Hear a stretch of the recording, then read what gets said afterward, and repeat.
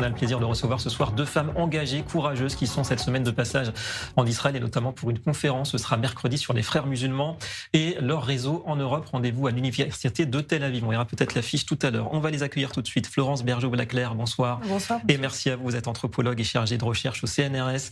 Fadila Maroufi, bienvenue également. Merci d'être avec nous. Vous êtes cofondatrice de l'Observatoire UEF et Café Laïque Paris-Bruxelles, prix international de la laïcité par le comité Laïcité République. Merci d'abord d'avoir accepté notre invitation ce soir. Quelques mots sur votre présence ici, votre ressenti, parce que Israël, c'est un pays qui est accusé, comme on sait, de tous les maux. Est-ce que malgré tout, pour vous, ça reste un phare de liberté, un phare de démocratie? Est-ce qu'on peut le dire? Bien sûr, et en fait, on a, à l'initiative du réseau contre le racisme et l'antisémitisme d'une collègue, Céline Masson, nous avons formé un groupe, une délégation, pour venir soutenir nos collègues israéliens qui sont victimes de boycotts, des boycotts parfaitement injustes, qui pèsent maintenant depuis, depuis le 7 octobre. Mais depuis des années, en fait, ces boycotts étaient organisés notamment BDS, Boycott des investissements sanctions, qui est un organisme qui a été créé à partir en 2005 et qui a occupé année après année les campus. Et évidemment, ça a fini par percoler, comme on dit, et malheureusement, ces boycotts se sont manifestés après le 7 octobre. Donc, on est venu leur dire, non, nous sommes avec vous, c'est pas parce qu'il y a quelques agitateurs dans les campus que vous êtes seuls, on est avec vous, on est derrière vous. Des boycotts qui se banalisent aussi en Belgique, malheureusement, vous le diriez aussi? Oui, très très rapidement, en fait, ça s'est organisé avec évidemment un peu les mêmes acteurs, c'est-à-dire BDS, Urgence Palestine et d'autres grandes ONG, en fait, qui sont islamistes proches des frères musulmans.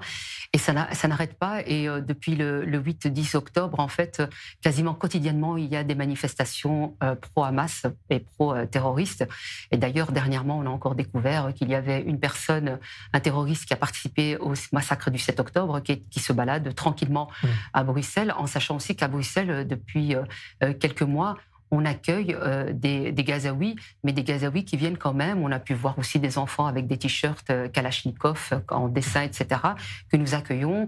Nous avons aussi des propos tenus par des enfants qui écrivent lors des manifestations « Gloire à Yaya Sinwar »,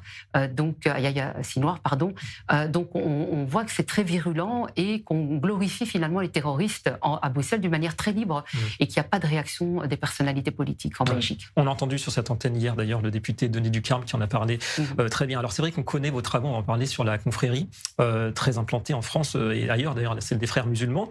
Est-ce que vous pensez qu'une partie de l'explication justement de ce phénomène de boycott, de désinformation, c'est à cause de l'influence de ce mouvement, de cette mouvance? Oui, je pense que l'antisionisme, qui est un antisémitisme, on doit en trouver les racines maintenant, regarder beaucoup plus les causes de l'antisémitisme. C'est pas parce qu'on va dénoncer l'antisémitisme qu'on va résoudre le problème. Il faut maintenant s'attaquer aux causes. Le 7 octobre, c'est le Hamas. Et le Hamas a eu beaucoup d'influence dans le monde. On a vu les manifestations dans toutes les grandes capitales, du nord au sud, de l'ouest à l'est. Et derrière, il y a les réseaux fréristes.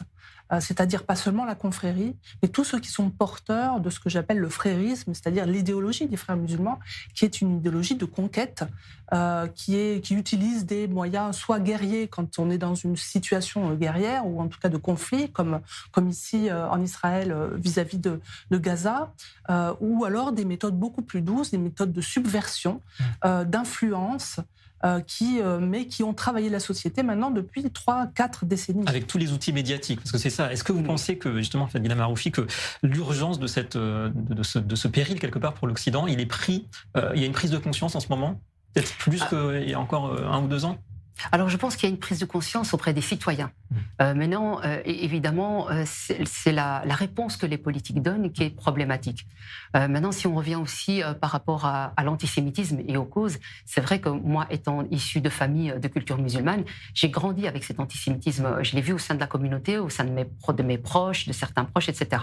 Et qu'à chaque fois qu'il y a un conflit entre Israël et les Palestiniens, c'est ce qui permet d'amener un ciment au sein de la communauté musulmane. On utilise ça comme prétexte pour nourrir cet antisémitisme. En fait, et je pense que Florence Bergeau-Blaclair a bien pointé du doigt le problème, c'est qu'on a à l'heure actuelle un antisémitisme qui est islamique et il faut qu'on en prenne conscience. Les citoyens en ont pris conscience. Maintenant, c'est à nous de pouvoir donner des réponses et de mettre en place des choses qui puissent lutter réellement contre cet antisémitisme-là. Alors c'est ça, parce que si on dit qu'on est dans une guerre de civilisation, est-ce qu'on peut dire aussi quelque part que l'épicentre, l'œil du cyclone, comme le disait à l'instant Fadila Maroufi, ce serait ici, c'est-à-dire que tout ce qui se passe ici a une résonance démultipliée en Europe et aux États-Unis? C'est plutôt une instrumentalisation en fait du conflit israélo-arabe dans toutes les capitales. On dit souvent en France, à Paris, il faut faire attention à ne pas importer le conflit israélo-palestinien. En réalité, c'est plutôt l'inverse, c'est-à-dire que ce conflit-là serait probablement résolu si les réseaux fréristes tissés au cours des 30 ou 40 dernières années n'avaient pas justement pour objectif d'attiser le feu sans arrêt.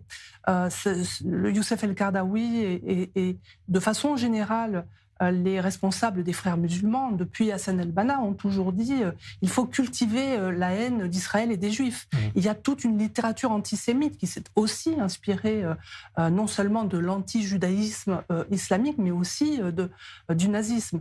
Donc ça, il faut le mettre en évidence et pour ça, il faut relancer la recherche. Vous avez aujourd'hui en Europe à peu près 0 financement pour la recherche sur l'islamisme et le frérisme européen, alors qu'il y a énormément d'argent pour la recherche sur l'islamophobie, ce concept assez en tout cas, ça passe par la victoire, si on peut dire, pour ça passe par l'éducation, ça part par la recherche. Il faut connaître son ennemi pour pouvoir le combattre. Attaquer à la racine, effectivement, donc attaquer à l'influence et l'entrisme des frères musulmans.